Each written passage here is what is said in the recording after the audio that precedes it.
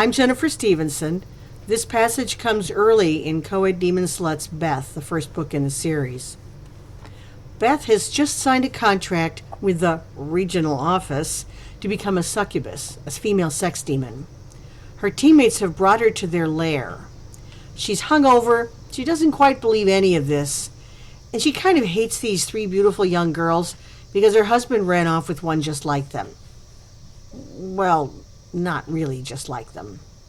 Gee, show her the mirror. G towed Beth with one hand and Beth's suitcase with the other down the hall to one of the bedrooms. There, she said, positioning Beth in front of a full-length mirror. Beth looked. The Vera Wang sheath hung on her like a sack. She looked gaunt. Her mascara was a mess around her right eye. She made a distressed sound. Harsh fluorescent light snapped on. I love this moment, G said. It's like the day they bring home the pony. She handed Beth a cotton swab. Go on, look. Under pitiless light, Beth cleaned off her smeared mascara. Jeeve gave her the wand out of her suitcase to put it on fresh. Now I know I'm in hell. I'm rooming with sadistic, perfect sluts who ruin people's marriages and then make fun of them for being old. Beth drew herself up. Suddenly her heart was thudding. She peered into the mirror, nauseous with masochistic curiosity.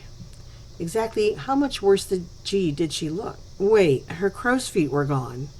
The outlines around her eyes were gone. The lines under her nose were gone. The fine blonde hairs on her lips, temples, cheeks, forehead, and chin, which she had waxed off monthly at Elizabeth Arden back when she had money, all gone. She opened the mascara wand and paused. Her lashes were long, really long. Her eyes should have looked nude and pink-rimmed and bleary and old. Instead, they were larger and brighter than she remembered. Her lashes waved like well-ordered forests, and they didn't need darkening. The scar on her jaw where she'd taken a tennis racket in the face 35 years ago, gone. She looked perfect. Okay, her hair was a mess, but even in the glare of the fluorescent light, it was a good mess, darkly blonde and tousled.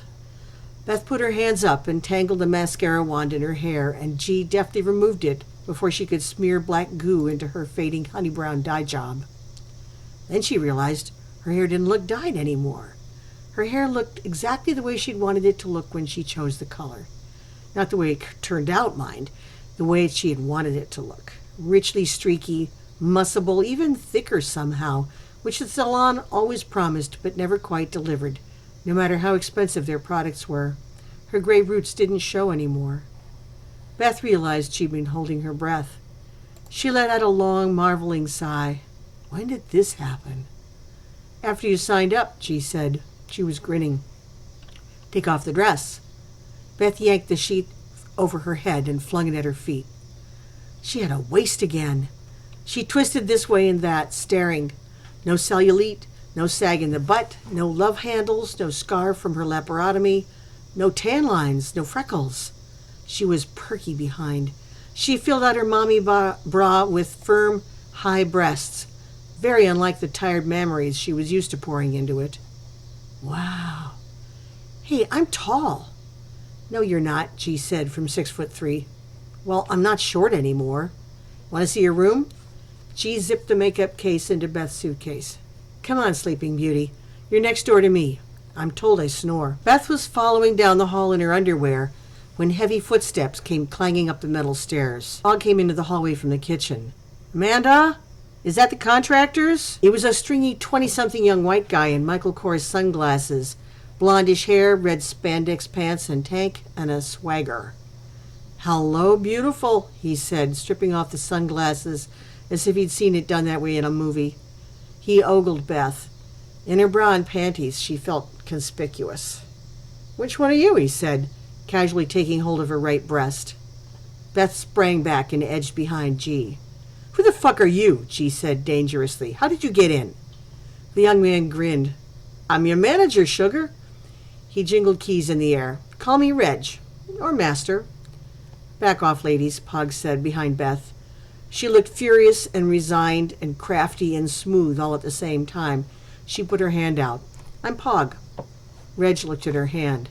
What am I supposed to do with that? Who is this guy? Amanda said as she crested the staircase behind him. He walked right across my wet striping. She had a black paint splotch on the knee of her sweats and a white streak on her forehead. Pog shook her head, not as if she didn't know, but as if she did. "You're a big one, ain't you?" Reg said to Amanda. "That's okay. Don't matter who sucks my dick. Might want to hit the showers.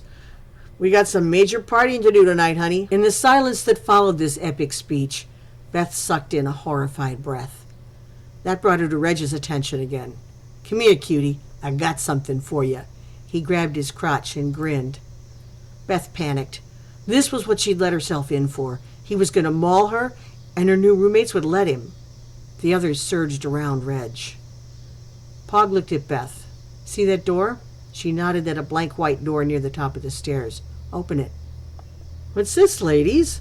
Reg said, looking from one to another as they crowded against him, turning him toward the door. "My room?"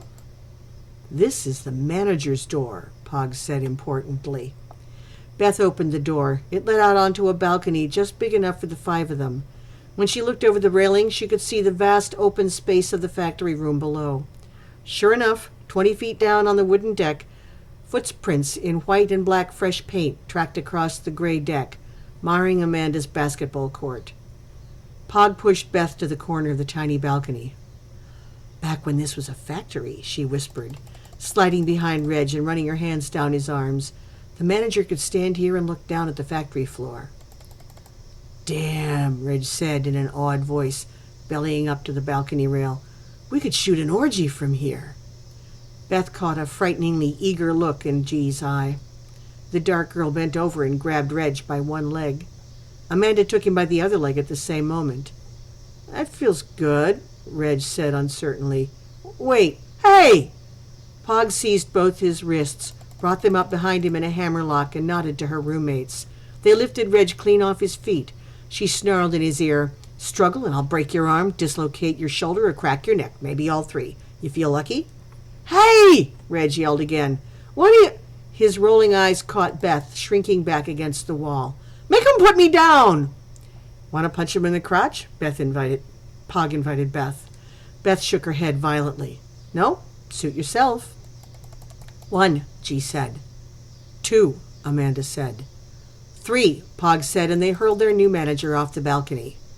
"Too much spin," Amanda said. Reg tumbled, flailing his arms and legs, yodeling in terror. He hit the deck messily, an arm and a leg first, then smacked back on his head. G looked over the railing. "May not be much blood." Amanda shrugged.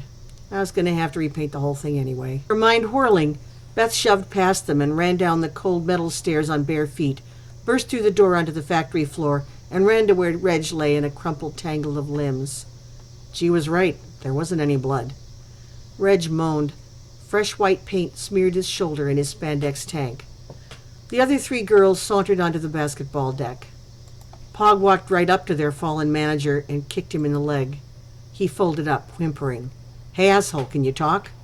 "Oh, God," he moaned. My leg's broken." "Wrong deed, you dumb fuck," G said, kicking him in the head. Reg yelped. Beth cringed, full of mixed feelings. Pog squatted in front of his head. "Can you hear me? Good. Now pay attention. Because you work with us, you will not die. You will not even be crippled. But you will adjust your attitude." She smacked him in the head, and he began crying. "Open your eyes or I'll break your other leg." Reg opened his eyes. Tears and snot ran off his face onto the deck. "Do you see the mess you made of Amanda's nice basketball court?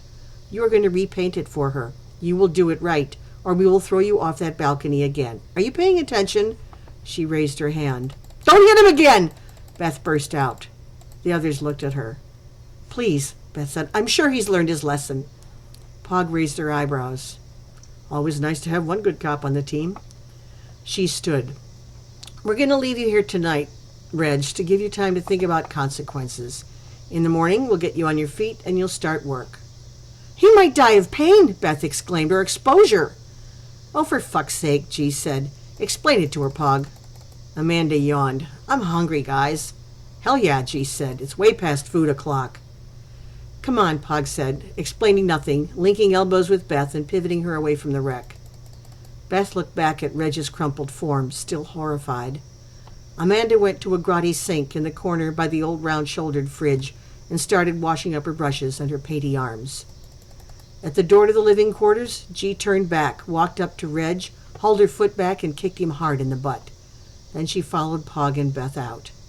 Reg didn't move. It turns out Reg will wake up in the morning in bed as good as new, but his re-education is only beginning, as is Beth's. Find out more about it at Bookview Cafe.